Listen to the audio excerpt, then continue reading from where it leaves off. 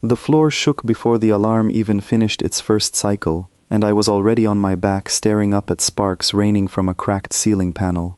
My name is Eli Marsh, and 3 seconds ago I was standing in a line of 40 human recruits, trying to look taller than I am. Now I was flat on the deck of an alien starship, ears ringing, heart slamming against my ribs, wondering if I had made the worst decision of my life by raising my hand for this program at all. Let me back up. Not far.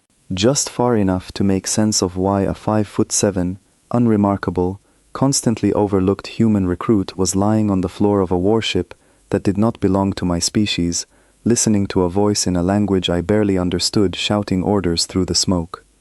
6 hours earlier, I was standing in formation on the recruitment deck of Fort Callahan, the newest joint training facility built after humanity's shaky entry into the wider galaxy. We were the Auxiliary Corps, the newest and smallest military branch anyone had ever heard of, made up of volunteers who wanted to prove that humans belonged among the stars. 40 of us stood in 3 neat rows, uniforms pressed, spines straight, trying to look like soldiers instead of nervous kids who signed up because Earth needed allies and nobody else was raising a hand. I was not the tallest. I was not the strongest. My scores were fine, not exceptional, the kind of numbers that got you a nod and nothing else. Next to me stood Daniel Foss, built like a wall, arms crossed, the kind of confidence that made instructors write his name down twice just to be safe. On my other side was Grace Bennett, faster than anyone in the unit, the type of soldier who finished obstacle courses while everyone else was still catching their breath. Down the line was Owen Hale, calm and sharp-eyed, always first to figure out a puzzle before the rest of us had even read the instructions. I was the one nobody worried about, not because I was bad, because I was forgettable, and on a day when an alien delegation was choosing recruits for a classified mission, forgettable felt like exactly the wrong thing to be. The delegation arrived without much fanfare, which surprised me. I expected trumpets, maybe an honor guard, something to mark the occasion of aliens walking onto human soil to handpick soldiers for their fleet. Instead, 3 shuttles landed quietly on the far end of the field, and out stepped a small group of Vashtu officers in dark blue uniforms, moving with the unhurried calm of people who had done this 1,000 times before. Their leader introduced himself as Captain Threll. He was tall, taller than any of us, with skin the color of wet slate and eyes that shifted color depending on the light, gold one moment, pale green the next. He did not raise his voice. He did not need to. Every recruit in that formation went dead silent the moment he began walking down the line, studying each of us like we were puzzles he intended to solve before lunch. He passed Daniel without pausing. He passed Grace with barely a glance. He stopped in front of Owen for 3 long seconds, tilted his head, then moved on. My stomach tightened as he approached me, and I did my best to stand up straighter, to look like someone worth choosing. He stopped. He looked at me for what felt like an entire minute, though it was probably only 5 or 6 seconds. Then he turned to the human commanding officer beside him and said a single word in his own language. The commander blinked, clearly confused, and asked him to repeat it in standard. Captain Threll pointed directly at me. This one. I remember laughing, actually laughing, thinking it had to be some kind of mistake or a test of discipline, waiting for someone to correct him. Nobody corrected him. The silence around me grew heavier, and I realized with a sinking feeling that he meant exactly what he said. Daniel muttered something under his breath that I did not quite catch, though I could guess. Grace shot me a look, somewhere between disbelief and pity. Owen just frowned, like he was trying to solve a math problem that refused to balance. The commanding officer cleared his throat and asked Captain Threll if he was certain, gesturing subtly toward the rest of the recruits, the ones with better scores, better builds, better everything. Threll did not even glance in their direction. The galaxy does not need your strongest, he said, his translator device giving his voice a flat, even tone that somehow made the words land harder. It needs your most human. Nobody knew what that meant. I certainly did not. But within the hour, I was standing in a briefing room with 4 other recruits, chosen for what the aliens called a reconnaissance support mission, and my life had officially tilted sideways. The 4 others, assigned alongside me, were not strangers. Daniel Foss stood near the door, arms crossed again, clearly still trying to work out why the weakest recruit in the yard had been placed on the same team as him. Grace Bennett sat with perfect posture, eyes forward, saying nothing, though I could tell from the tight set of her jaw that she was furious about something, and I had a feeling it involved me. Owen Hale leaned against the wall, arms folded, watching everything with the careful patience of someone gathering information before forming an opinion. The 5th member, a broad-shouldered soldier named Marcus Webb, barely looked at me at all, which somehow felt worse than if he had. Captain Threll entered without ceremony, followed by a smaller Vashtu officer who introduced herself as Lieutenant Ansel, his second in command. She had a quicker way of speaking than Threll, more clipped, more efficient, though her eyes carried the same evaluating quality every time she looked at us. The mission, they explained, involved a Kryzeth listening post located in a disputed stretch of space near the edge of Coalition territory. Intelligence suggested the post held data critical to ongoing negotiations between several alien factions, data that needed to be retrieved before a rival group destroyed the site to erase evidence of certain activities. Our squad would be dropped near the post, infiltrate quietly, extract the data, and return before anyone noticed we had been there at all. It sounded simple when Lieutenant Ansel explained it, too simple, honestly, which should have been my first warning. Nothing about war, even in its quiet reconnaissance form, is ever actually simple. Daniel asked the obvious question everyone in the room was thinking. Why me? Why choose the least experienced, least remarkable recruit for a mission this important when there were dozens of stronger candidates standing in that yard? Captain Threll's answer was short, and at the time, it told us nothing useful at all. You will understand when it matters, he said. Not before. That was the last thing he said before dismissing us to prepare our gear, and it stuck with me the entire walk back to the barracks, replaying over and over like a splinter I could not quite pull free. The ship we boarded that evening was unlike anything I had trained on. Sleek, dark, built from some alloy that seemed to absorb light rather than reflect it, humming with a low vibration that I could feel in my teeth. The Vashtu called it the Meridian, and as I walked up the boarding ramp behind my new squadmates, I tried very hard not to look as nervous as I felt. Inside, the corridors were narrow and dim, lit by strips of pale blue light along the floor. Crew members moved past us with quick, efficient steps, none of them sparing more than a passing glance at the humans now occupying their ship. I caught a few curious looks, a few wary ones, and at least one expression that I can only describe as pity, from a young Vashtu technician who studied me a little too long before hurrying away. We were shown to a shared bunk room, 5 beds lined against metal walls, our gear stacked neatly beside each one. Daniel claimed the bunk farthest from mine without a word. Grace took the one across from me, her expression unreadable.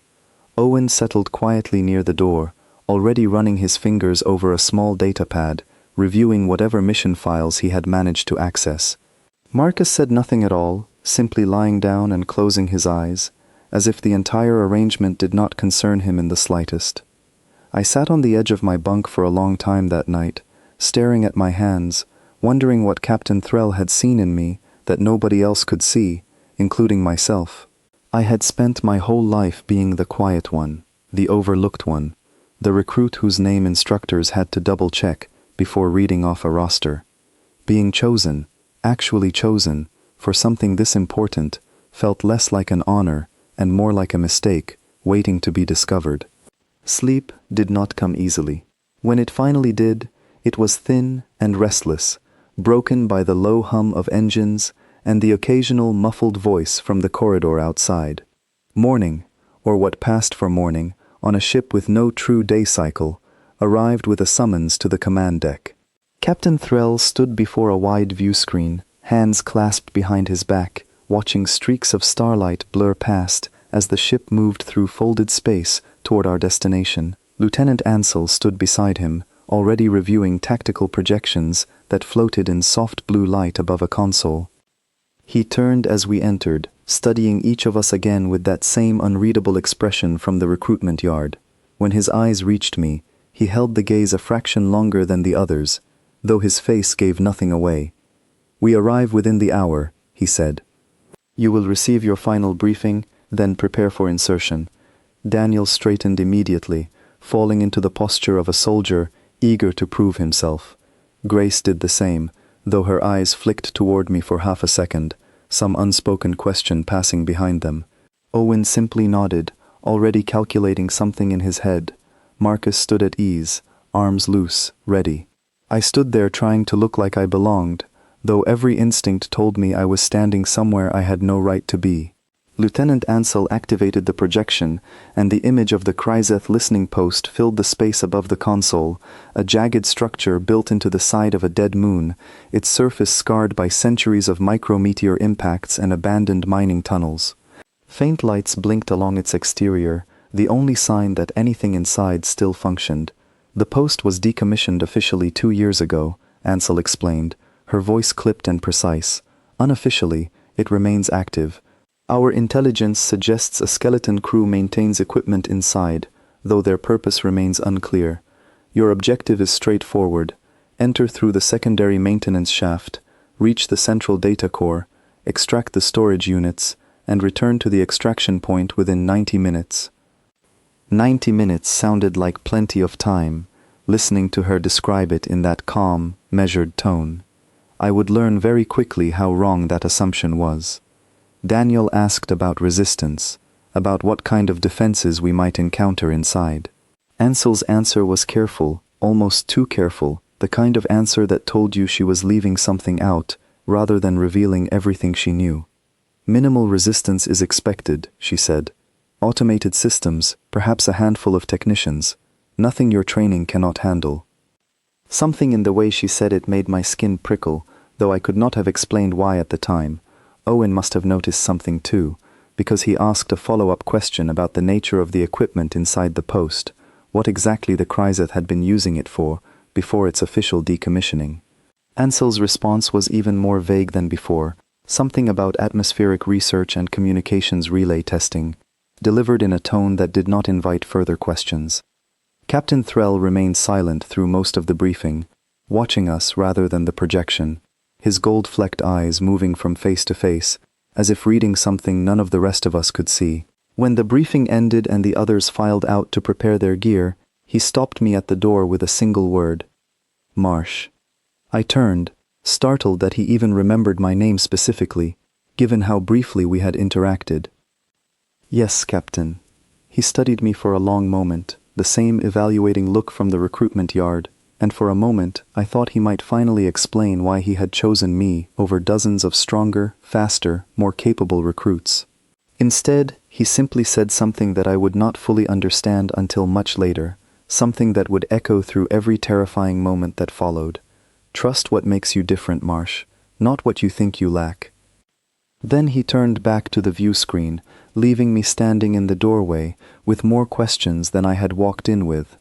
Insertion preparation passed in a blur of checking gear, running through mission protocols, and trying to steady my breathing whenever the reality of what we were about to do threatened to overwhelm me. Grace found me near the equipment locker, checking the seal on my suit for the 3rd time, and for the first time since the recruitment yard, she actually spoke to me directly. "You scared?" she asked, not unkindly. "Terrified," I admitted, because there did not seem to be any point in pretending otherwise. She studied me for a moment, something shifting behind her eyes. "Good. Means you're paying attention. The ones who aren't scared are the ones who get people killed." It was not exactly comforting, but it was honest, and honest felt like more than I expected from her, after the way she had looked at me back on Fort Callahan. The shuttle bay hummed with quiet activity as Vashtu crew members prepped a small insertion craft for our descent. Daniel ran final checks on his weapon with practiced efficiency. Owen reviewed the post's layout one more time on his datapad, muttering coordinates under his breath.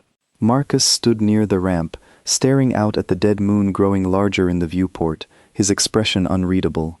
I stood among them, gear checked, weapon secured, trying to convince myself that Captain Threll had seen something in me worth believing in, even if I could not see it myself yet. The shuttle detached from the meridian with a soft mechanical shudder, and through the small viewport beside my seat, I watched the warship shrink behind us as we descended toward the jagged structure below. The listening post grew larger with every passing second, its scarred metal surface catching the thin light of a distant star, dark and silent and waiting. None of us spoke during the descent. There was nothing left to say that briefings and preparation had not already covered. I focused on my breathing, on the weight of my gear, on the steady thrum of the shuttle's engines, anything to keep my mind from spiraling into the kind of fear that made hands shake at the worst possible moment. The shuttle touched down in a shadowed crevice near the maintenance shaft Ansel had identified, engines powering down to a near-silent hum. Daniel was first to the ramp, weapon ready, eyes scanning the darkness beyond. Grace followed close behind, moving with the same quiet efficiency that had made her the fastest recruit in our unit. Owen came next, datapad tucked away, senses alert. Marcus brought up the rear, steady and calm. I was lost through the ramp, stepping out onto the cold, dusty surface of a moon that had never known sunlight the way Earth did, staring up at the jagged silhouette of the listening post rising above us, like a wound in the landscape. The maintenance shaft entrance sat exactly where Ansel's projection had shown it, a rusted hatch half buried beneath decades of dust and debris. Owen knelt beside it, running a scanner across the surface, checking for any sign of security systems or traps before we attempted entry. "Looks clear," he said quietly, though something in his tone suggested he was not entirely convinced by his own assessment. Daniel moved to the hatch and began working the manual release mechanism, muscles straining as decades of corrosion fought against his effort. Grace kept watch behind us, scanning the darkness for any sign of movement. Marcus stood near the shuttle, ready to signal if anything approached from that direction. I stood beside Owen, trying to be useful in whatever small way I could, holding a light steady as he worked, watching the shadows around us with a wariness that felt entirely justified, given everything we had not been told during the briefing. The hatch finally gave way with a groan of protesting metal, revealing a narrow shaft descending into darkness, the air inside stale and cold, carrying a faint chemical smell that none of us could quite identify. Daniel glanced back at the rest of us, then began his descent, boots echoing against metal rungs as he disappeared into the dark below. One by one, we followed him down into the listening post, each step taking us further from the relative safety of the surface, and deeper into whatever waited beneath. I was the last to descend, taking one final look back at the shuttle and the distant shape of the meridian visible in the black sky above, before lowering myself into the shaft and letting the darkness swallow me whole. None of us knew yet what waited below. None of us could have known.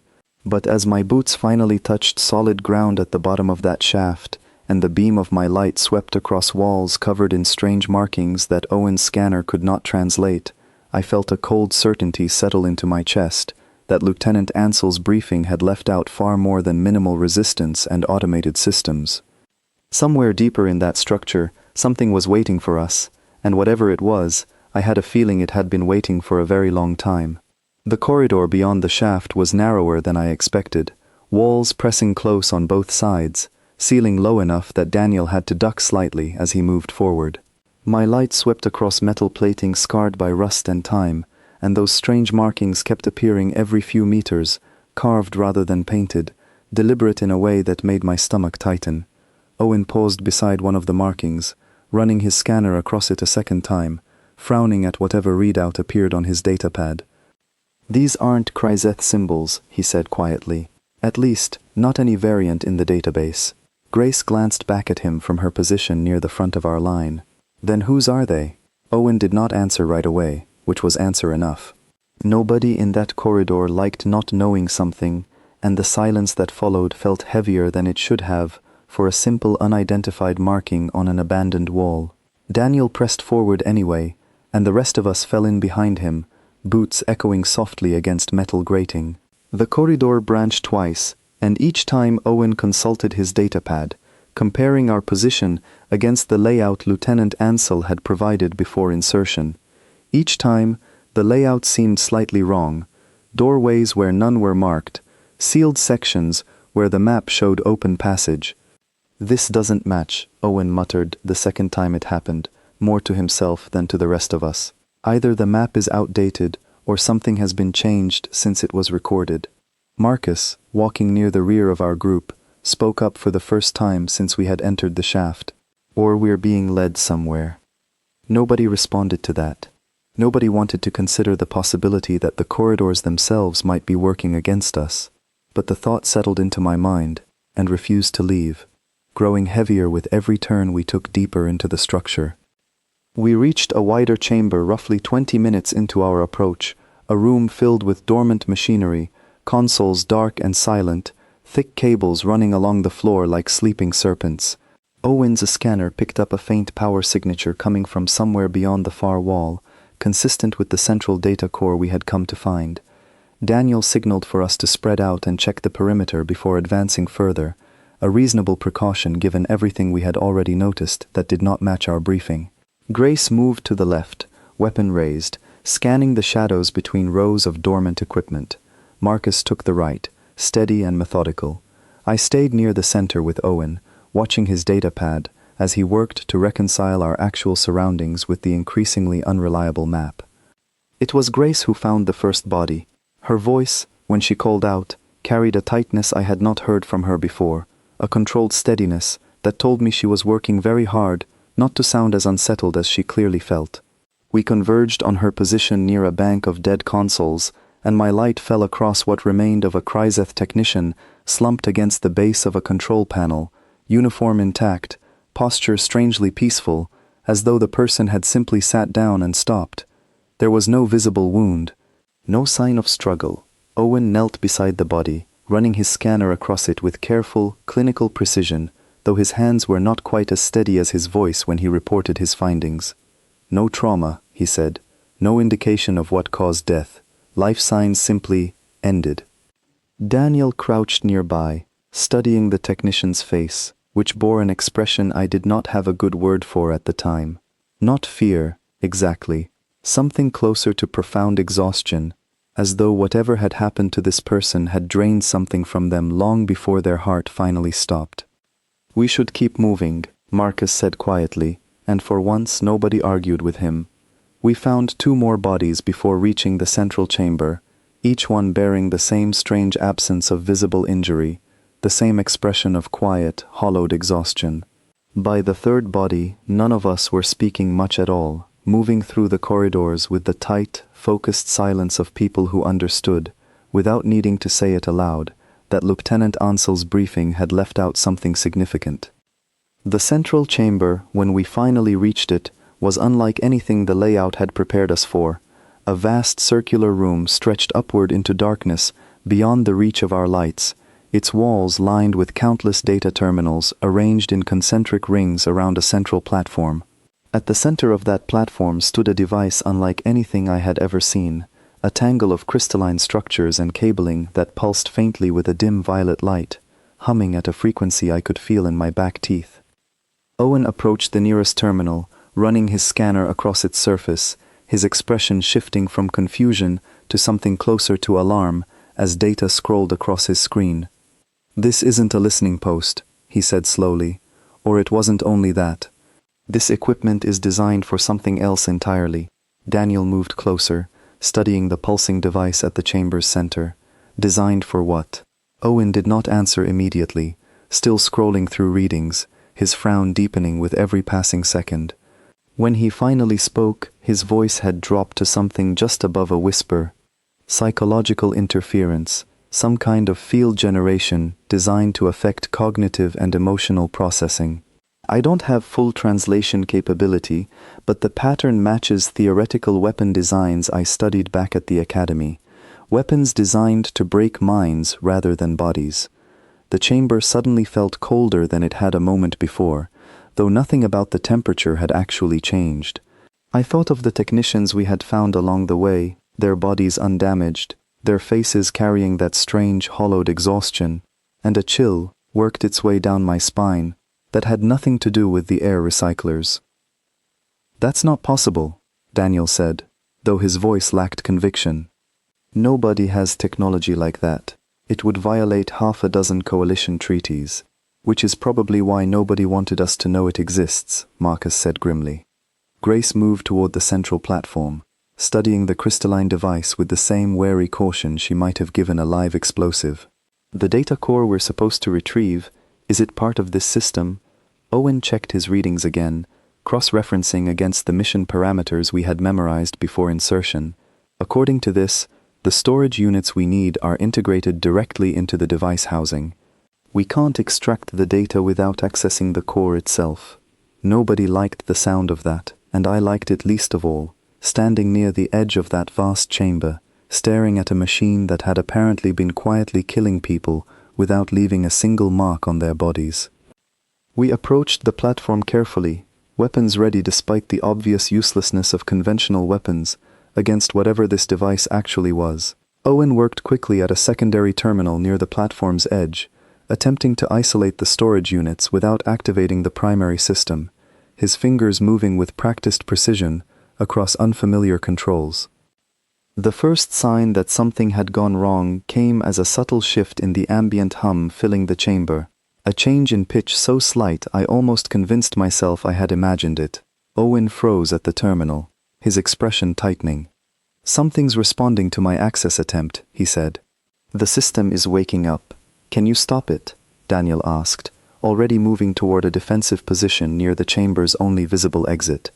Owen's hands moved faster across the controls, sweat beading at his temple despite the chamber's cold air. "I'm trying. This isn't standard architecture. I don't recognize half of these protocols." The violet light at the device's center began to pulse more rapidly, and the hum grew louder, deeper, until I could feel it vibrating through the soles of my boots and up into my chest. Grace positioned herself near Owen, watching the terminal readouts over his shoulder, her earlier composure fraying at the edges. "Whatever you're doing, do it faster," she said. "I'm not doing anything," Owen snapped back, frustration bleeding through his usual calm. "It's doing this on its own, some kind of automated defense response." Marcus moved to check the chamber's exit, weapon raised, scanning the corridor beyond for any sign of movement. "We need an exit strategy. Now, not after this thing fully activates." I stood near the center of the chamber, feeling strangely useless amid the controlled chaos around me, watching the pulsing light grow brighter and more insistent with every passing second. Something about the rhythm of that light tugged at the edges of my attention, a pattern I could not quite name, but somehow felt I understood on some level, deeper than conscious thought. Then the field activated fully, and everything changed. It did not hit like an explosion or a physical blow. It arrived like a wave of pressure behind my eyes, a sudden, overwhelming awareness of every failure I had ever experienced, every moment of doubt, every time I had felt smaller than the people around me, all of it surfacing at once with a clarity that stole the breath from my lungs. I staggered but did not fall. Around me, my squadmates were not so fortunate. Daniel dropped to one knee, weapon slipping from suddenly nerveless fingers, his face contorting into an expression of raw, undisguised anguish that looked wildly out of place on someone built like a wall. Grace pressed both hands against her temples, a low, involuntary sound escaping her throat, her earlier steadiness completely gone. Owen slumped against the terminal, eyes wide and unfocused, muttering something too quiet to understand. Marcus, closest to the exit, sank against the wall, sliding slowly to the floor, his weapon forgotten beside him. I stood in the middle of that chamber, pressure building behind my own eyes, memories of every overlooked moment in my life rushing forward with startling intensity, and I waited for the same collapse to take me down like it had taken the others. It did not come. The memories were there, the old familiar weight of being forgettable, of standing in formation while stronger recruits earned the glances I never received, of feeling smaller than everyone around me for as long as I could remember. But somehow, standing in that chamber while the field pulsed around us with malicious purpose, those memories did not break me the way they seemed to be breaking everyone else. I had lived with exactly this feeling my entire life, every single day of it. There was no fresh wound for this field to open, because I had never allowed myself the illusion that I was exceptional in the first place. Whatever this weapon was designed to exploit, ego and pride and the fear of falling short of some imagined greatness, I simply did not carry those particular wounds in a form it could reach. I moved toward Owen first, pulling him away from the terminal, his eyes still glassy and unfocused, murmuring words that made no sense. He did not resist, but he did not help either, his body limp and unresponsive as I dragged him toward the chamber's exit. Grace was next, still pressing her hands against her head, tears streaking down a face that had never once shown weakness back at Fort Callahan. I pulled one of her arms over my shoulders, half carrying her toward the corridor, my legs straining under weight I had no business being strong enough to bear. Daniel was the hardest, easily twice my size, still on his knees, muttering something about failure and disappointment that I did not have time to process. I managed to get him upright, his weight nearly buckling my knees, and together we staggered toward the exit while the violet light behind us pulsed brighter and brighter. Marcus was closest to the door, and I reached him last, pulling him up by his collar with strength I did not know I possessed, adrenaline overriding whatever physical limitations should have stopped me from moving 4 adults, one at a time, out of a chamber, actively trying to break their minds. The corridor beyond the chamber offered no real safety, but it offered distance, and distance seemed to matter.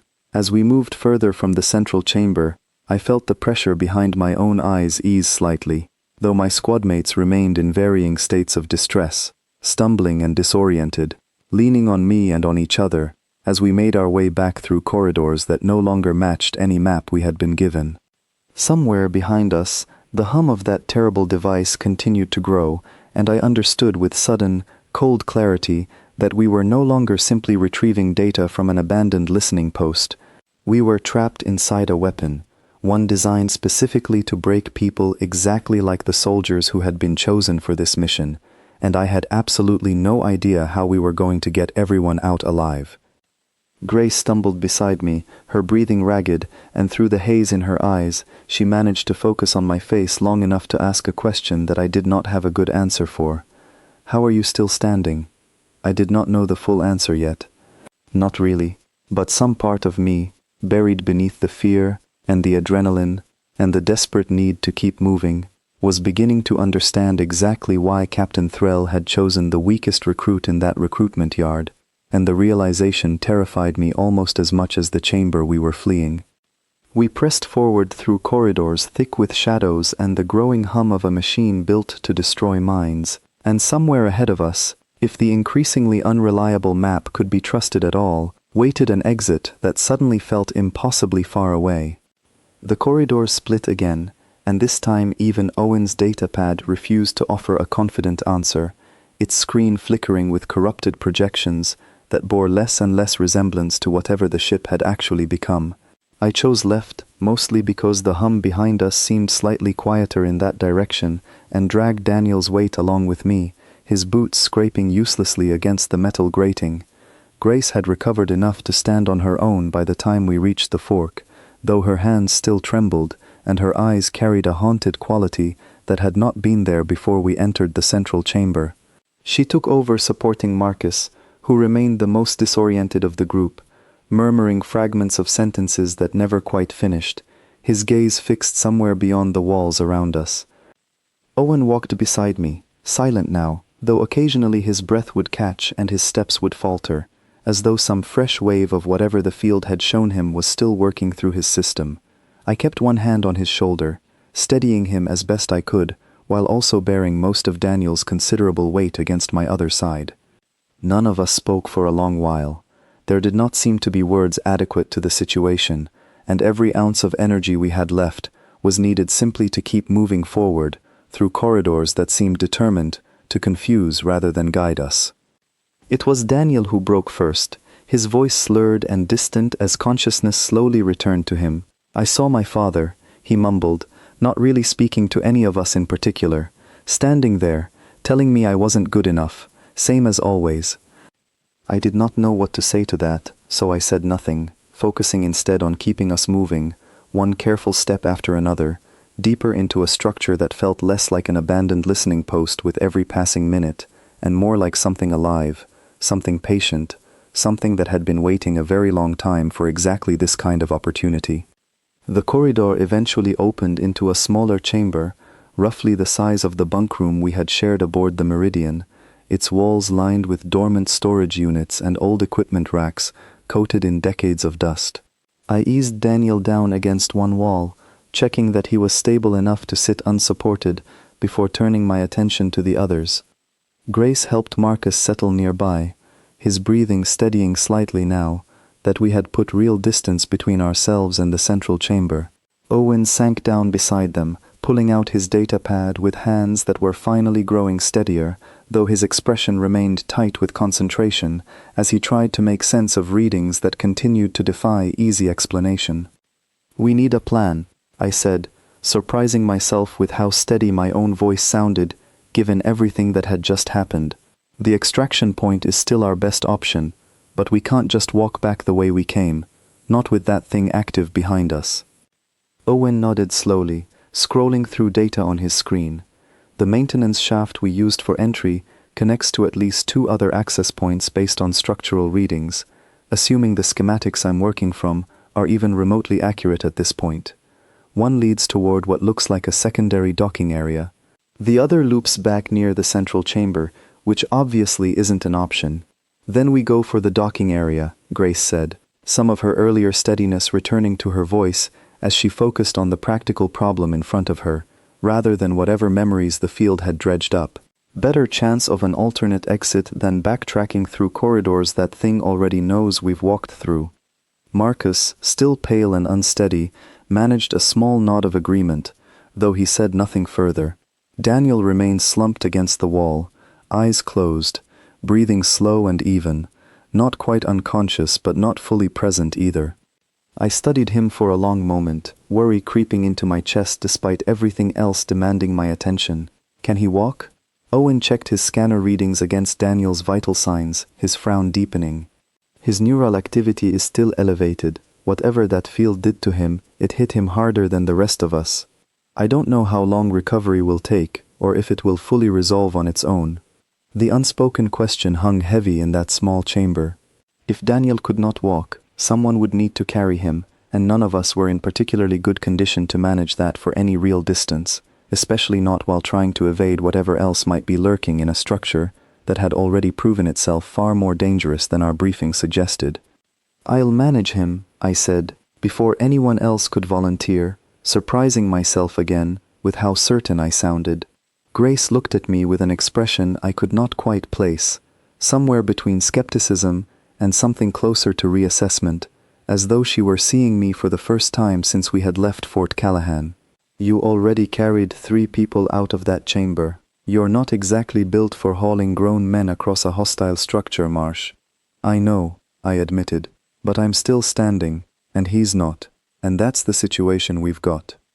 She held my gaze for a moment longer, then nodded, apparently deciding not to argue the point further. There was something almost like respect in the way she turned back to help Owen review the revised route, and I filed that small shift away, uncertain what to make of it but grateful for it nonetheless.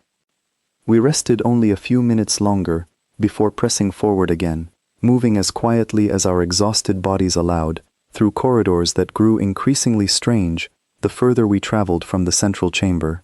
The markings on the walls appeared more frequently now, and Owen's scanner continued to fail at translating them, though he noted with growing unease that the patterns seemed to shift subtly each time we passed a new section, as though the structure itself were somehow aware of our presence and adjusting accordingly.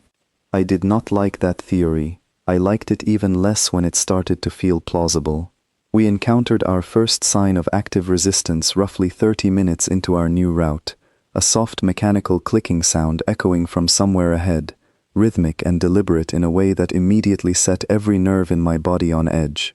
Grace signaled for us to stop, raising her weapon and easing forward alone to investigate while the rest of us waited in tense silence. She returned a few minutes later, her expression grim. Automated sentries. Small, but there are several of them, patrolling the corridor that leads toward the docking area. They're not Kryzeth's standard issue. I don't recognize the design. Owen pulled up what little data his scanner could gather at this distance, comparing readings against known Coalition hardware databases. Nothing matches. Whatever these are, they weren't built by any faction currently registered with Coalition intelligence. Wonderful, Marcus muttered, the first real sarcasm he had managed since recovering enough to speak in full sentences. So we're dealing with unknown hostile technology in a facility that officially doesn't exist, chasing data that apparently comes attached to a mind-breaking weapon nobody warned us about. Nobody argued with his summary, mostly because it was entirely accurate and none of us had the energy to pretend otherwise. We discussed our options in low, urgent voices, weighing the risk of engaging the sentries directly against the danger of searching for yet another alternate route, through a structure that seemed increasingly hostile to the very concept of us finding our way out. In the end, Grace's assessment carried the most weight: direct engagement, quick and decisive, before the sentries could raise any kind of wider alarm within the facility. I stayed back with Daniel, still only partially conscious, while Grace, Owen and Marcus moved forward to deal with the patrol. I did not love being separated from the others, especially given everything that had already happened, but someone needed to watch over Daniel, and given my apparent immunity to whatever that central chamber had unleashed, I trusted myself to keep a level head, better than I trusted my own physical strength, to contribute meaningfully to a direct confrontation. The minutes that followed stretched painfully long, filled with distant sounds of mechanical clicking and short bursts of controlled movement that I could not fully interpret from my position. I kept my attention split between the corridor ahead and Daniel beside me, checking his pulse periodically, relieved each time to find it steady, even as his eyes remained closed. When Grace finally returned, her expression carried the particular exhaustion of someone who had just handled something unpleasant but necessary. "Path's clear," she said, "for now at least.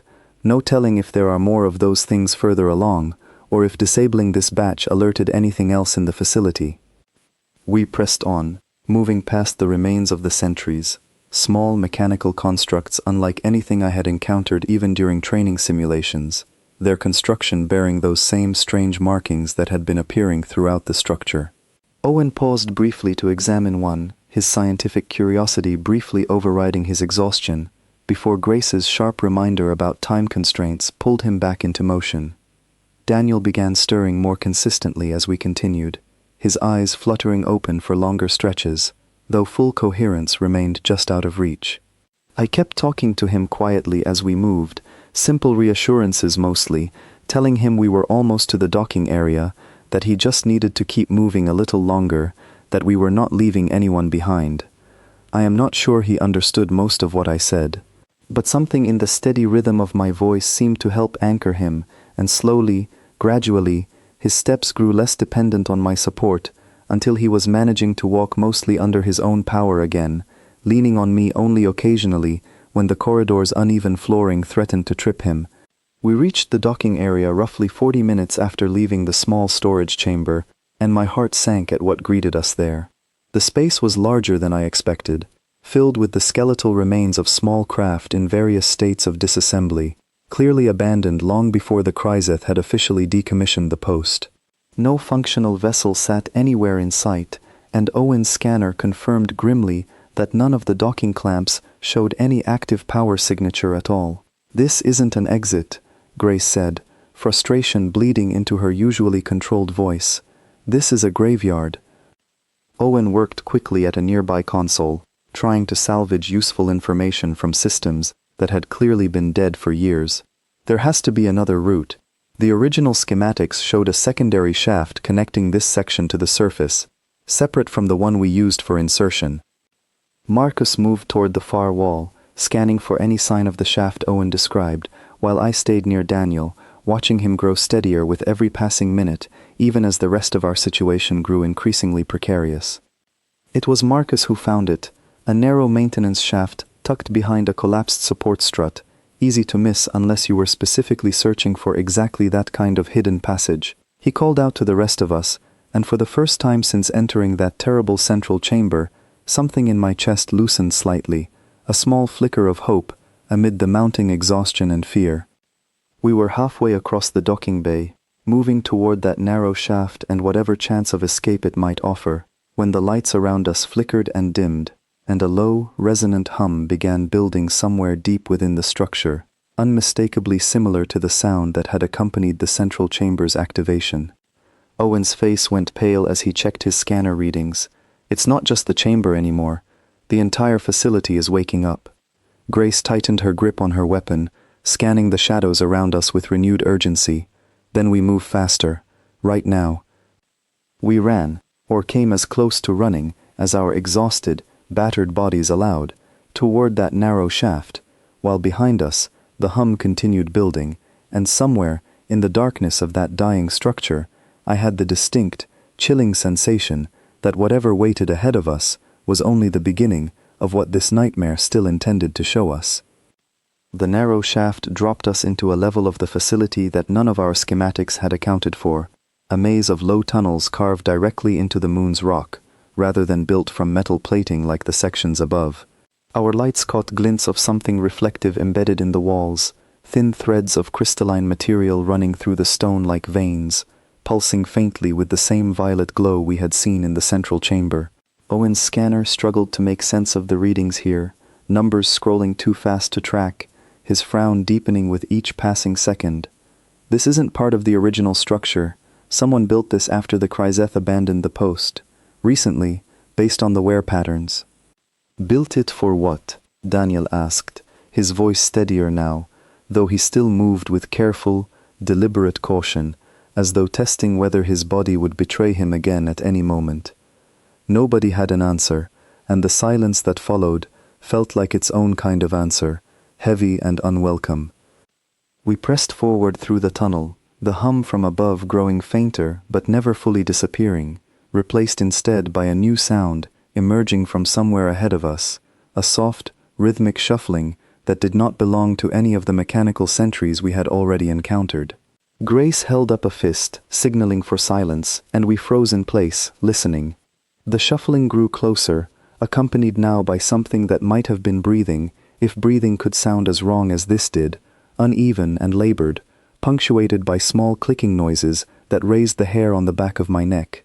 Marcus eased forward first, weapon raised, moving with the careful precision of someone trained for exactly this kind of uncertain encounter. The rest of us followed at a short distance, and when his light swept around the next bend in the tunnel, I heard him inhale sharply, a sound of genuine shock that immediately put every one of us on edge.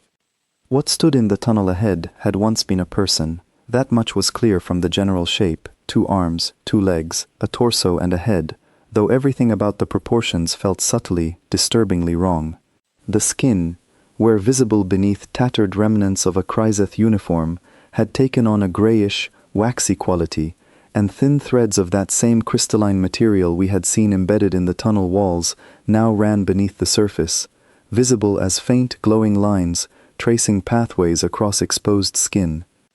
The figure turned toward us slowly, and where its eyes should have been, only that same violet light glowed, steady and unblinking, tracking our movement with an awareness that no longer seemed remotely human, or Kryzeth, or anything else I had a category for.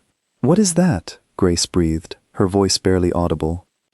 Owen raised his scanner with trembling hands, running it across the figure from a safe distance. Biological signature matches Kryzeth physiology, but heavily altered. Neural activity is present, but it doesn't match any pattern I've seen before. It's like something rewired the entire system.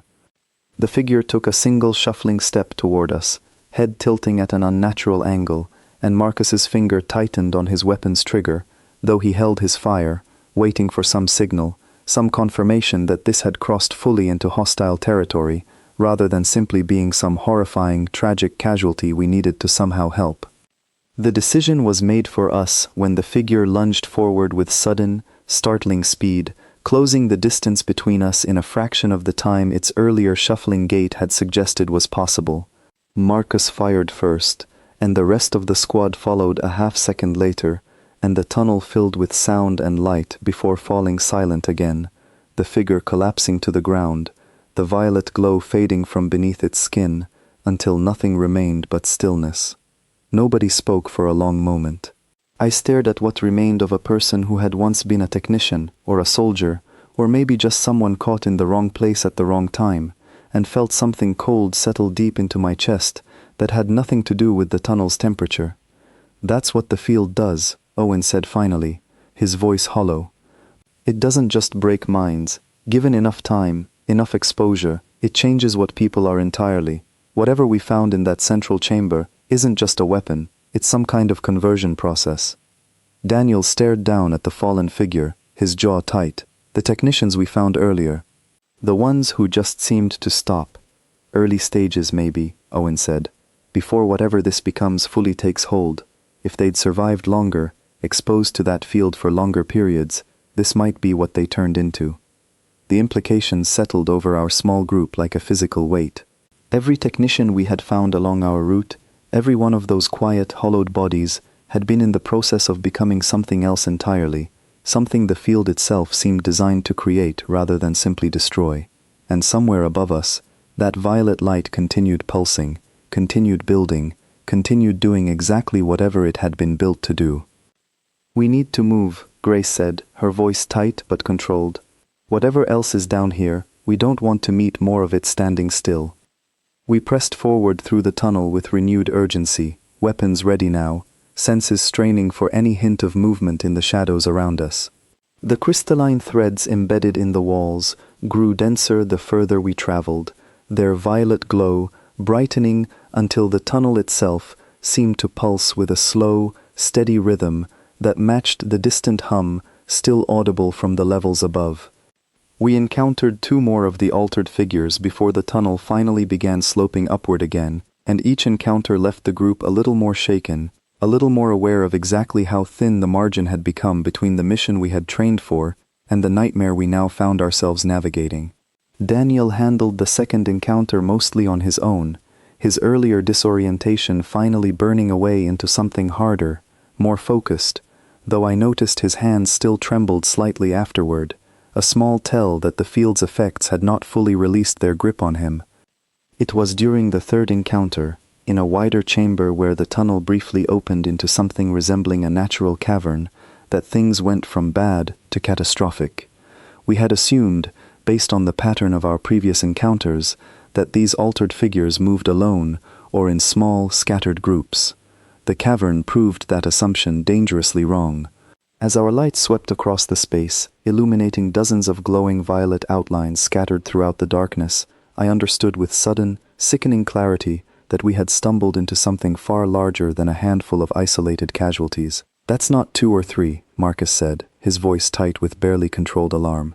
"That's an army." The figures began stirring at the sound of his voice, dozens of heads turning in unison, violet eyes fixing on our position with an unsettling, coordinated awareness that suggested something was directing their movement rather than each figure acting entirely on its own. "Back," Grace hissed, already retreating toward the tunnel entrance we had just come from. "Now." We retreated as quickly as our exhausted bodies allowed, the shuffling, clicking sound of dozens of altered figures rising behind us, growing louder and more coordinated with every passing second. Daniel brought up the rear, firing controlled bursts back into the darkness whenever the pursuit grew too close, buying us precious seconds with every shot. The tunnel behind us began to feel less like an escape route and more like a trap, narrow walls offering no room to maneuver, no alternate path to break away from whatever was closing in behind us. Owen, running beside me with Daniel's earlier support now reversed, called out coordinates from his datapad, trying desperately to find any branch or side passage that might offer an alternate route back toward the surface. "There," he gasped, pointing his light toward a narrow crack in the tunnel wall, barely wide enough for one person to squeeze through at a time. It should connect back toward the original maintenance shaft, assuming the schematics are even remotely accurate at this point. We had no better option, and precious little time to debate alternatives. One by one, we squeezed through the narrow crack, Marcus going first to check for immediate danger on the other side, followed by Grace, then Owen, then me, with Daniel bringing up the rear once again, firing a final volley into the darkness before forcing his broader frame through the tight opening. The passage beyond was cramped and claustrophobic, forcing us to move in single file, our earlier speed reduced to a careful, deliberate crawl through darkness, lit only by our failing lights. Behind us, the sound of pursuit grew muffled, though it never fully disappeared, a constant reminder that whatever hunted us through this nightmare structure had not given up simply because we had found a narrower path to flee through. We emerged, finally, into a section of corridor that Owen recognized from our original schematics, close enough to the maintenance shaft we had used for entry that a fragile sense of hope began returning to our exhausted group. But the reunion with familiar territory brought little comfort, because it was here, in that recognizable stretch of corridor, that Marcus finally collapsed. He had been favoring his left leg for the last several minutes of our retreat, something none of us had noticed amid the chaos of our escape, and now, as adrenaline finally began to fade, the wound he had apparently sustained during our earlier confrontation with the altered figures became impossible to ignore. Dark fluid soaked through his uniform near his thigh, and his face had gone pale and clammy, sweat beading despite the tunnel's persistent cold. "Why didn't you say something?" Grace demanded, already kneeling beside him, pulling emergency supplies from her pack with practiced urgency. "Didn't have time," Marcus managed through gritted teeth.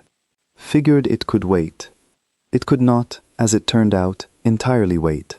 Grace worked quickly to stabilize the wound, her hands steady despite everything our small squad had already endured, while the rest of us kept watch on the corridor around us, listening for any sign that our pursuers had found the same narrow passage we had used to escape the cavern. Daniel knelt beside Marcus, offering quiet, steady reassurance, and I found myself struck by how much had shifted within our group over the course of this single, brutal mission. The confident, dismissive attitudes from the recruitment yard had burned away entirely, replaced by something rawer and more honest, soldiers simply trying to keep each other alive against odds that grew worse with every passing minute. Owen worked at his datapad nearby, trying to raise contact with the Meridian, his expression growing increasingly frustrated as static and interference continued to block any outgoing signal. "Something in this structure is jamming our communications. Then we keep moving toward the extraction point, and hope Captain Threll is still expecting us," Grace said, finishing her work on Marcus's leg and helping him carefully back to his feet, testing whether the makeshift treatment would hold his weight. It would, barely, though his pace slowed considerably as we resumed our careful advance toward the maintenance shaft. I found myself once again positioned to help support a squadmate, my shoulder beneath his arm, sharing his weight as best I could, while Daniel and Grace took point, weapons ready for whatever waited ahead. The maintenance shaft finally came into view, the same rusted opening we had descended through what felt like a lifetime ago, though barely 2 hours had actually passed according to Owen's chronometer. Relief flooded through our small group, quickly tempered by the realization that our extraction shuttle sat well beyond that shaft, across open ground, with no guarantee that whatever hunted us through the tunnels below would not follow us to the surface itself. We began the climb upward, one at a time, Daniel first to check for immediate threats, followed by Owen, then Grace helping guide Marcus's careful ascent despite his injured leg. I climbed last, glancing back one final time into the darkness of the tunnel below, and for a brief, terrible moment, I thought I saw a faint violet glow flickering somewhere in the depths, watching, waiting, patient in a way that felt far more dangerous than anything that simply wanted to kill us outright. Whatever waited in that darkness was not finished with us yet. I could feel it with a certainty that had nothing to do with logic or evidence, only the cold, instinctive knowledge that the worst part of this nightmare still lay ahead, somewhere between this shaft and whatever remained of our chance to escape this dying, twisted facility alive. We reached the surface just as the thin light of a distant star began catching the jagged edges of the moon's horizon, though calling it daylight would have been generous, given how little warmth or brightness it actually offered. After hours spent in the crushing darkness of the facility below, even that faint illumination felt almost overwhelming, and I had to blink several times before my eyes adjusted properly. The shuttle sat exactly where we had left it, undisturbed as far as I could tell, though none of us relaxed our guard as we crossed the open ground toward it.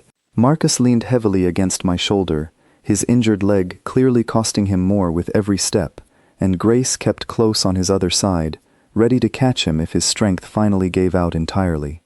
Daniel reached the shuttle first, running a quick check of its exterior before signaling that it appeared secure. Owen followed close behind, already working to re-establish communication with the Meridian now that we had cleared whatever interference had been jamming our signal underground.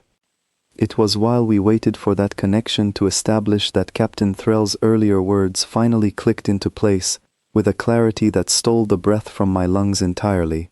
Trust what makes you different, Marsh, not what you think you lack. I thought of that central chamber, of the pressure behind my eyes that had brought my squadmates to their knees while I remained standing, disoriented but unbroken. I thought of every technician we had found reduced to hollow, exhausted stillness, every altered figure that had once been a person before that violet light rewrote whatever made them who they were. And I thought of my own life, every quiet moment of being overlooked, every time I had stood in formation, while stronger recruits earned glances I never received, every ounce of ordinary disappointment that had shaped me long before Captain Threll ever pointed in my direction. The field had preyed on ego, on pride, on the specific, particular anguish of falling short of some cherished image of exceptionalism. Daniel had seen his father's disappointment because some part of him still carried the weight of needing to prove himself worthy. Grace had crumbled because her identity as the fastest, the best, had been challenged in a way she had never prepared herself to face. Owen's sharp analytical mind had turned against him, spiraling through every flaw in his own reasoning with merciless precision. Marcus, steady and dependable, had likely faced some deep fear of failing the people who depended on him. I had none of those particular wounds, not in a form the field could easily exploit. I had never allowed myself the luxury of believing I was exceptional, and so there was nothing for that cruel, precise weapon to shatter. My ordinary life, the very thing that had made me feel small and forgettable for as long as I could remember, had somehow made me the one person in that chamber capable of remaining upright while everyone stronger, faster, and more capable had fallen. Captain Threll had known this. Somehow, impossibly, he had looked at 40 recruits standing in formation and identified the single quality that would matter most in exactly this kind of nightmare, a quality none of our official records or training scores could have captured. Owen's voice pulled me back to the present, sharp with relief as static finally resolved into a clear signal. Meridian, this is ground team. We have injured and require immediate extraction. Lieutenant Ansell's voice crackled through the comm, tight with something that sounded almost like genuine concern beneath her usual clipped efficiency. Ground team, we read you. Be advised, we have detected significant energy readings emanating from the facility, consistent with an imminent structural failure. Estimated time to collapse, approximately 20 minutes. Advise immediate evacuation to extraction coordinates. 20 minutes suddenly felt like both an eternity and no time at all, and we scrambled to load Marcus into the shuttle, Daniel and Grace working together to secure him properly, while Owen took the pilot's seat, running through hurried startup procedures with hands that had finally stopped shaking. I took the seat beside Marcus, checking his makeshift bandaging once more, relieved to find the bleeding had slowed considerably, even if his color remained concerning. He managed a weak, exhausted smile in my direction, the first genuine expression of warmth he had shown me since the mission began. "Guess we owe you," he said quietly, his voice rough with fatigue. I did not know quite how to respond to that, so I simply nodded and focused on making sure he stayed as comfortable as possible, while Owen guided the shuttle up off the moon's surface, engines straining against gravity that felt determined to keep us grounded a little longer than any of us wanted. The ascent felt agonizingly slow, every second stretching unbearably as the facility beneath us began showing visible signs of the structural failure Ansel had warned about, faint tremors visible along its jagged exterior, sections of metal plating beginning to buckle and collapse in on themselves. I watched through the shuttle's viewport as the entire structure seemed to shudder, a low groan of tortured metal audible even through the thick hull separating us from the moon's thin atmosphere. Then, with a violence that shook our small craft despite the growing distance between us, the facility finally gave way entirely, collapsing inward with a burst of violet light that flared brilliantly for a single terrible moment before the darkness of the moon's surface swallowed it whole, leaving nothing behind but a scar of twisted metal and settling dust. Nobody in that shuttle spoke for a long while, each of us processing in our own way exactly how close we had come to being buried alongside whatever nightmare had been growing inside that structure. Grace stared out the viewport with an expression I could not fully read, somewhere between relief and something darker, a lingering shadow of whatever the field had shown her still visible in the set of her jaw. Daniel sat quietly beside her, his usual confidence noticeably subdued, though occasionally he would glance toward me with an expression that seemed to be working through some significant reassessment, the kind of look that suggested everything he thought he understood about strength and weakness had just been thoroughly upended. Owen guided the shuttle steadily toward the Meridian's waiting docking bay, his earlier analytical composure slowly returning now that immediate danger had passed, though I noticed his hands still gripped the controls a bit tighter than strictly necessary, a small tell that the mission's toll had not fully released its grip on him either. The Meridian's docking bay doors opened to receive us, and as our shuttle settled onto the deck, medical personnel rushed forward to assist Marcus, carefully transferring him to a stretcher despite his weak protests that he could walk on his own. Captain Thrill stood near the edge of the bay, hands clasped behind his back in that same composed posture from the recruitment yard, watching our arrival with an expression that gave nothing away. He waited until Marcus had been safely transferred to medical care before approaching the rest of us, his gold-flecked eyes moving across each face in turn, lingering longest on mine. "Report," he said simply, his translator device rendering the single word with the same flat, even tone I remembered from our first meeting. Daniel stepped forward, and I watched something shift in his posture as he prepared to speak, the confident bearing from Fort Callahan replaced by something more measured, more honest. The listening post wasn't just gathering intelligence, Captain. It was a testing facility. Some kind of weapon designed to attack the mind directly, and it doesn't just break people. Given enough exposure, it changes them into something else entirely.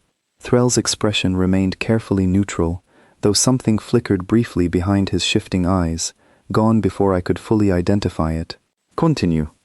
Owen picked up the report, detailing the technicians we had found, the central chamber and its pulsing device, the altered figures that had once been Kryzeth personnel, the sheer scale of what we had glimpsed in that cavern before our retreat. Grace added details about the automated sentries, about the structure's apparent awareness of our movements, about how closely we had come to losing everyone in that final collapse. Through it all, Captain Threll listened without interruption, his expression giving little away beyond that same careful, evaluating quality I had first encountered in the recruitment yard. When the report finally concluded, he was quiet for a long moment, studying each of us in turn, before his gaze settled once again on me. "And you, Marsh," he said. "You alone remained unaffected by the chamber's field. Explain this to me." I hesitated, uncertain exactly how to put into words something I had only just fully understood myself during the shuttle's ascent. But something about the weight of his attention, the sense that this answer mattered more than I could fully appreciate, pushed me to try anyway. "It preyed on pride," I said slowly. "On the fear of not living up to some idea of who you're supposed to be." Daniel saw his father's disappointment. Grace's whole identity is built around being the best, the fastest, and that got challenged in a way she wasn't ready for. Owen's mind turned against itself, questioning every decision he'd ever made.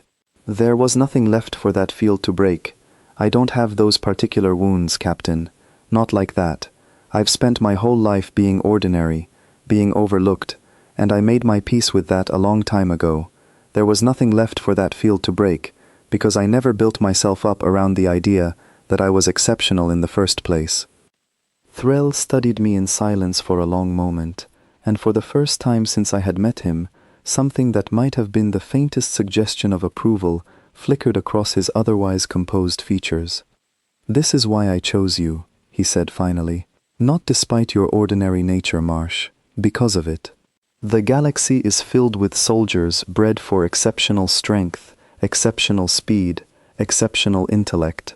Few possess the particular resilience that comes from simply enduring, day after day, without the armor of believing themselves special.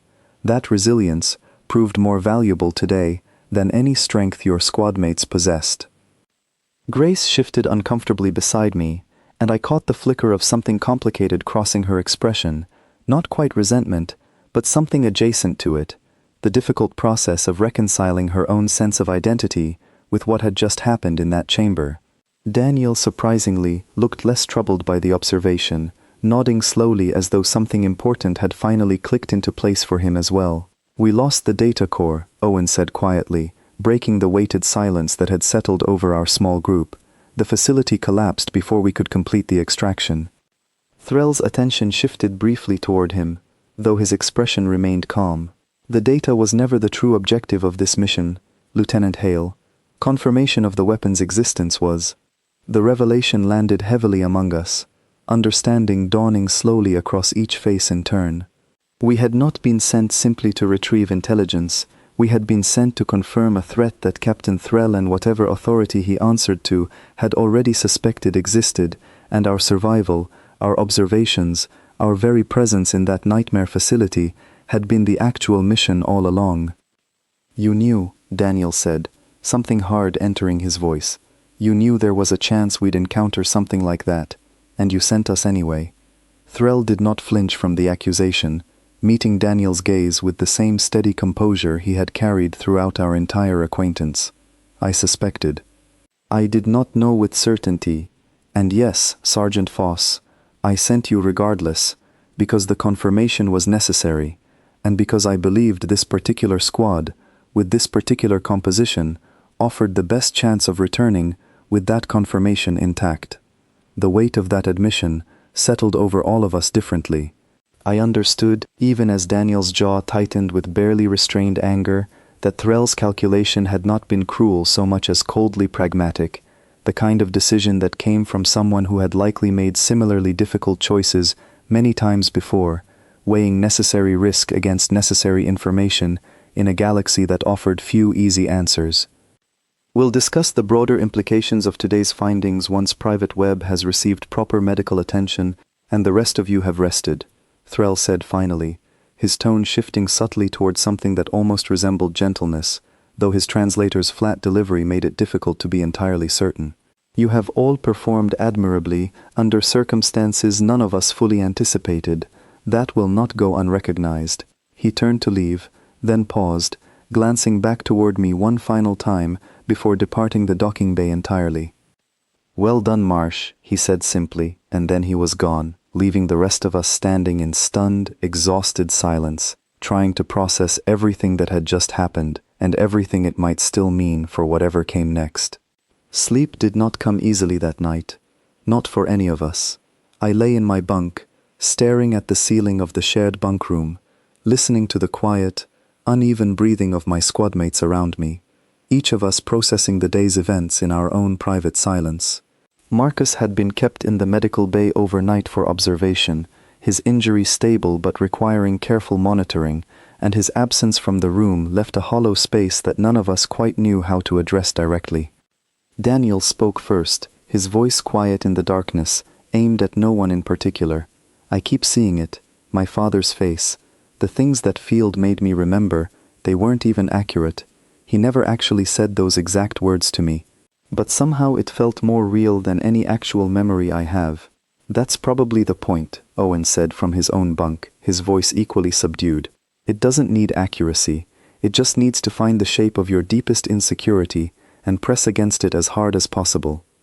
Grace was quiet for a long moment before finally speaking, her voice carrying a rawness I had not heard from her before, not even during the worst of our earlier encounter with the Field.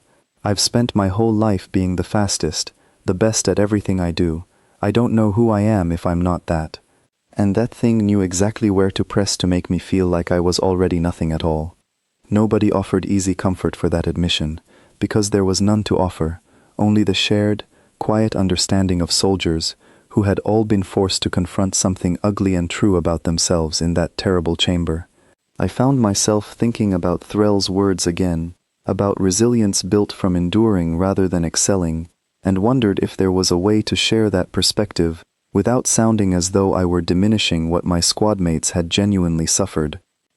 For what it's worth, I said finally, breaking my own silence. None of you are actually defined by what that field showed you. It found old wounds and pressed on them. That doesn't make the wounds true. It just makes them wounds. Grace was quiet for a while longer, and when she finally spoke again, her voice had softened slightly. Thank you for pulling us out, Marsh. All of us. I don't think I ever properly said that. You didn't have to, I said. That's what a squad does. Daniel let out a low, tired laugh that carried no real humor in it. Funny. A few days ago, I would have said you didn't belong on this squad at all.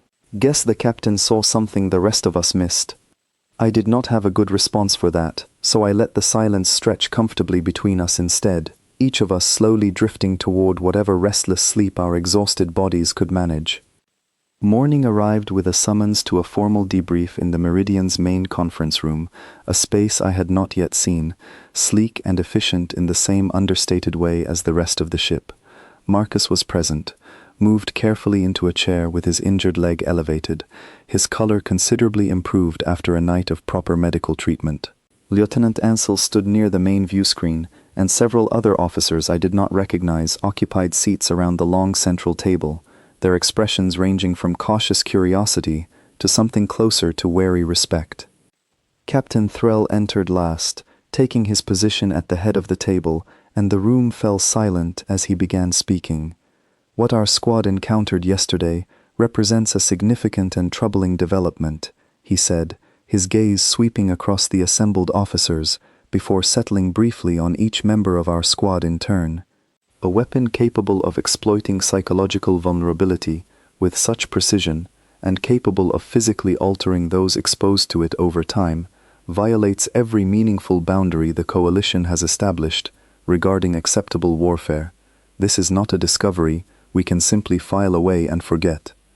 One of the unfamiliar officers, an older Vashtu with pale scarring across one side of his face, leaned forward slightly. Do we know who developed this technology, Captain? The Kryzeth officially decommissioned that post years ago. If this is their work, it represents a significant treaty violation. The markings observed throughout the facility do not match Kryzeth design conventions, Threll replied. Lieutenant Hale's analysis suggests an entirely unknown origin, potentially a faction operating outside current Coalition awareness altogether. The room absorbed this information with visible unease, murmured conversations breaking out briefly before Threll raised a hand to restore order. What matters most immediately is this. Our squad survived an encounter that should have, by every reasonable expectation, resulted in far greater losses. Private Marsh's resistance to the field's effects allowed for the successful extraction of the entire team, despite significant setbacks during the mission itself. Every eye in that room turned toward me, and I fought the urge to shrink under the sudden weight of attention, old habits of feeling small and overlooked resurfacing, despite everything that had happened. The scarred officer studied me with open curiosity, clearly trying to reconcile my unremarkable appearance with the account he had just heard. Explain your resistance to the field, Private, he said, not unkindly, but with the directness of someone genuinely trying to understand something significant.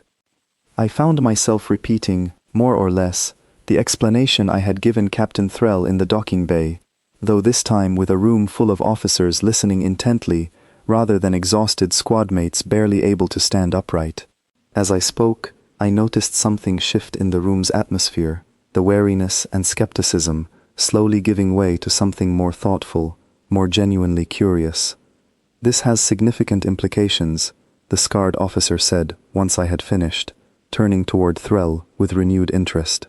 If this weapon specifically targets psychological profiles built around exceptional achievement, then any strategy for defending against it must account for that vulnerability directly.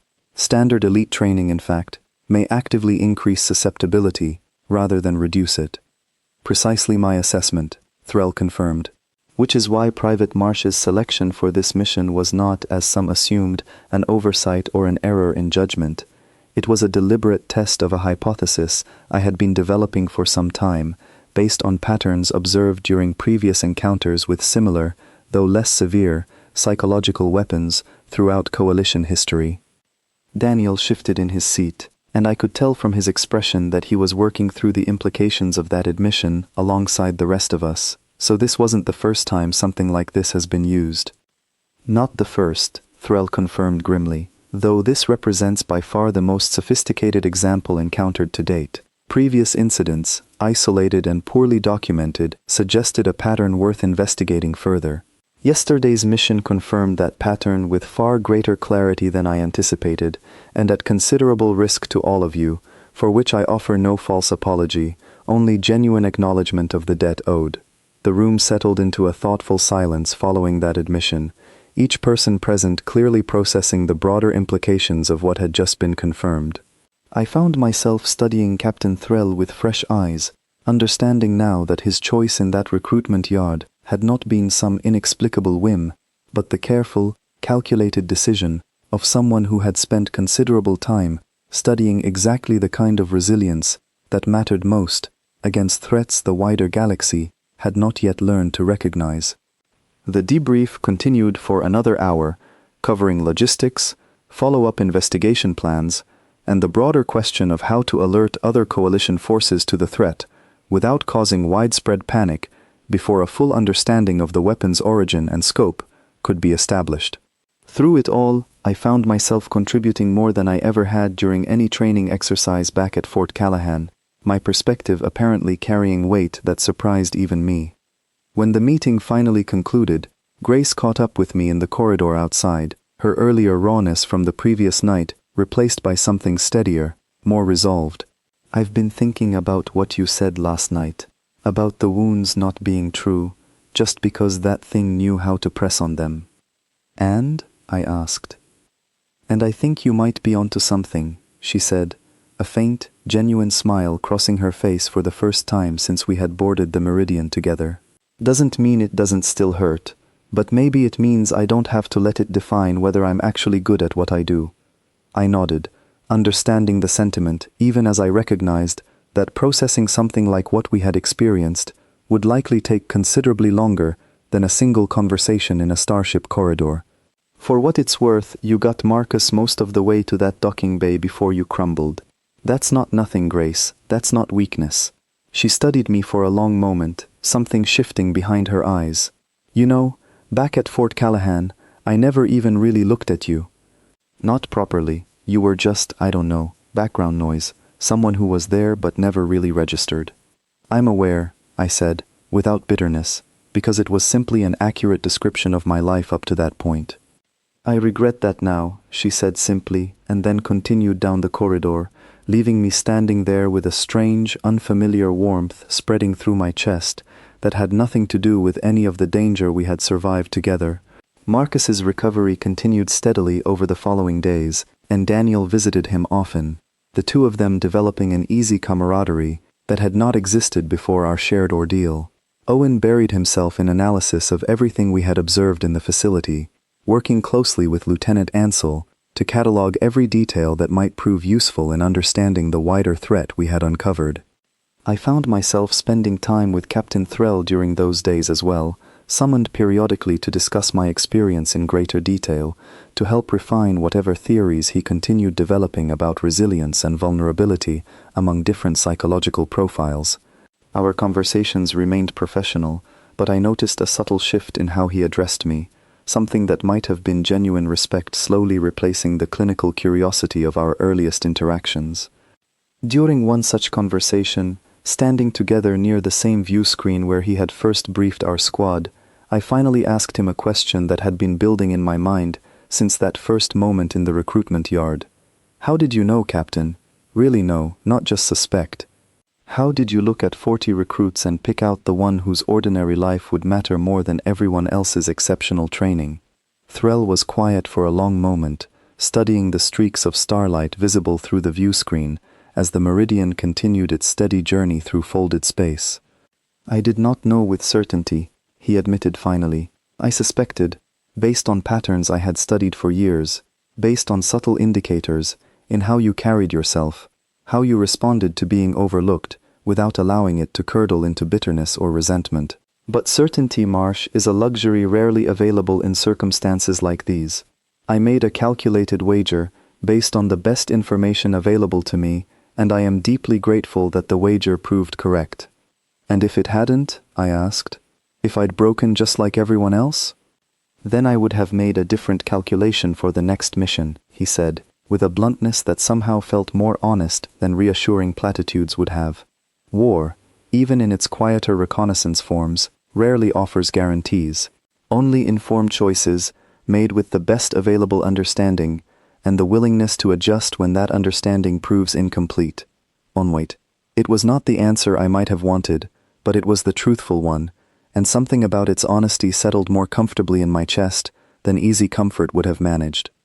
3 weeks after our return from the listening post, the Meridian docked at a coalition research station near the edge of neutral territory, and our squad was summoned to a much larger gathering than the initial debrief had involved. Representatives from several alien factions occupied the wide amphitheater-style briefing hall, their expressions ranging from openly skeptical to quietly alarmed as Captain Threll presented a comprehensive report on everything our mission had uncovered. I sat beside Daniel, Grace, Owen, and Marcus, now fully recovered and walking without any lingering trace of his injury, watching representatives from species I had never even heard of before joining this program listen with varying degrees of attention as Threll detailed the weapon's capabilities, its apparent unknown origin, and the broader implications for coalition security going forward. Marcus leaned toward me partway through the presentation, keeping his voice low. Feels strange, doesn't it, sitting here while half the galaxy debates something we lived through firsthand. Strange doesn't begin to cover it, I murmured back, watching a delegate from some avian species I could not immediately identify gesture emphatically toward a colleague, clearly disputing some point in Threll's presentation. The debate that followed the formal presentation grew heated at points, various delegates arguing over jurisdiction, over resource allocation for further investigation, over the political implications of confirming a threat that officially should not exist given current treaty frameworks. Through it all, our squad sat largely silent, occasionally called upon to confirm specific details of our experience, watching the machinery of interspecies diplomacy grind slowly toward whatever conclusions it would eventually reach. It was during a brief recess, as delegates mingled and argued in smaller clusters throughout the hall, that the scarred Vashtu officer from our earlier debrief approached our group directly, his expression carrying a seriousness that immediately caught my attention. "Private Marsh," he said, addressing me directly, despite the rest of my squad standing nearby, "I wanted to extend my personal commendation. Your account, and Captain Threll's broader theory it confirmed, has already begun reshaping how several coalition members approach recruitment and training protocols. There is discussion of establishing formal criteria for identifying resilience profiles similar to your own, specifically for units likely to encounter this kind of psychological threat. I did not quite know how to respond to that. The idea that my ordinary, unremarkable life had somehow become the foundation for new military doctrine, feeling almost too strange to fully process. "I appreciate that, sir, though I should say I didn't do anything my squadmates couldn't have done under different circumstances." He studied me for a moment, something thoughtful in his expression. "Perhaps, but circumstances matter, Private, and yours proved decisive when it counted most." That is not something to diminish, however uncomfortable the recognition might feel. Grace, standing nearby, caught my eye and offered a small, encouraging nod, and I found myself finally allowing a measure of that recognition to settle, rather than immediately deflecting it away, as I might have done before this entire ordeal began. The larger gathering continued for 2 more days, delegates working through the complicated logistics of investigating an unknown threat that had already demonstrated both sophistication and a willingness to violate fundamental coalition boundaries. Our squad was gradually released from direct involvement in those discussions, our first-hand testimony sufficiently documented, though Captain Threll made clear that further consultation might be required as investigation continued. On our final evening aboard the research station before returning to the Meridian, I found myself standing alone on an observation deck, watching the slow rotation of stars visible through the station's expansive viewport. The events of the past several weeks replayed through my mind, The terror of that central chamber, the desperate flight through nightmare tunnels, the strange, unexpected camaraderie that had grown between soldiers who had barely acknowledged my existence just a short time before. Daniel found me there, standing quietly beside me for a while before finally speaking. "Been thinking about something," he said. "Back at Fort Callahan, if you'd told me I'd end up owing my life to the recruit everyone considered the weakest in our unit, I would have laughed you out of the room." "I probably would have laughed too," I admitted. He was quiet for a moment, watching the stars alongside me. Funny thing about strength, always figured it meant being the biggest, the fastest, the one who never showed a crack. Guess I learned something different out there. "What's that?" I asked. "That sometimes the strongest thing isn't never breaking," he said slowly, working through the thought as he spoke it aloud. "It's already knowing what it feels like to bend, and finding a way to keep standing anyway. You never had the luxury of pretending you were unbreakable, Marsh. Turns out that made you the only one who actually was." I did not have an immediate response to that, the weight of his words settling somewhere deep in my chest, reshaping something about how I understood my own place in a world that had spent so long treating me as forgettable. Grace joined us not long after, followed by Owen and Marcus, and for a while our small squad simply stood together in comfortable silence, watching the stars, each of us processing in our own way everything the past several weeks had reshaped within us. There was no dramatic declaration, no formal acknowledgement of how fundamentally our understanding of each other had shifted, just the quiet, steady presence of people who had survived something terrible together, and who had come out the other side with a bond that felt more genuine than anything training exercises back on Earth had ever managed to forge. Captain Threll found us there eventually, his approach quiet enough that I did not notice him until he was standing just behind our small group. He said nothing for a long moment, simply observing us with that same evaluating expression I had first encountered in the recruitment yard, though something in it had softened considerably since that initial meeting. "The Coalition Council has authorized continued investigation into the weapon's origin," he said finally.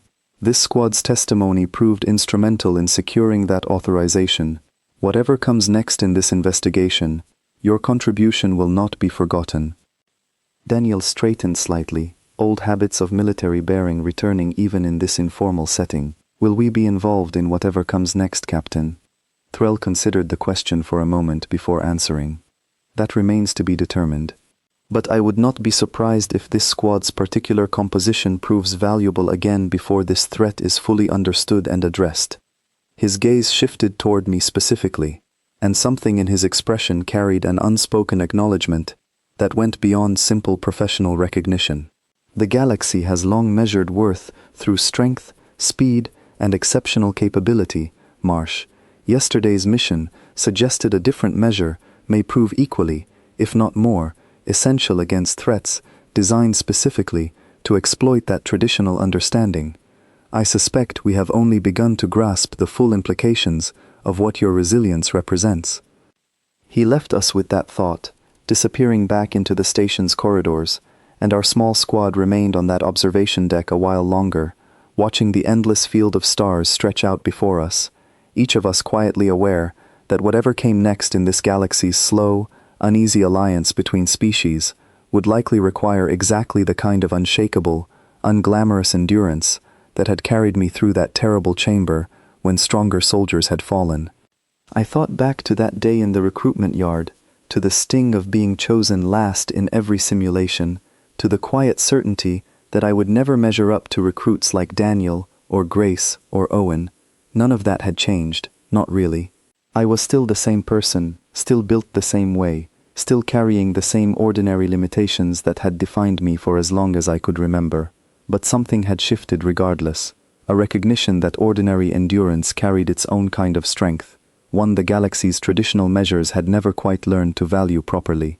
Captain Threll had seen that possibility in a crowded recruitment yard, had gambled an entire mission on a hypothesis built from careful observation rather than conventional wisdom, and against every expectation anyone had carried into that terrible facility, his wager had proven correct. The weakest recruit had gone into that nightmare alongside soldiers built for exactly this kind of danger. and when the weapon designed to break minds and remake souls had done exactly what it was built to do, stripping away the confidence and certainty of everyone stronger and more capable, I had been the only one left standing, the only one able to carry my squadmates back out into the light. Whatever waited ahead in this slowly unfolding nightmare, whatever the galaxy still had left to reveal about the threat we had uncovered, I understood now that I would face it not despite being ordinary, but because of it. And for the first time in my life, that understanding did not feel like a limitation. It felt like exactly the kind of strength this galaxy had never known it needed.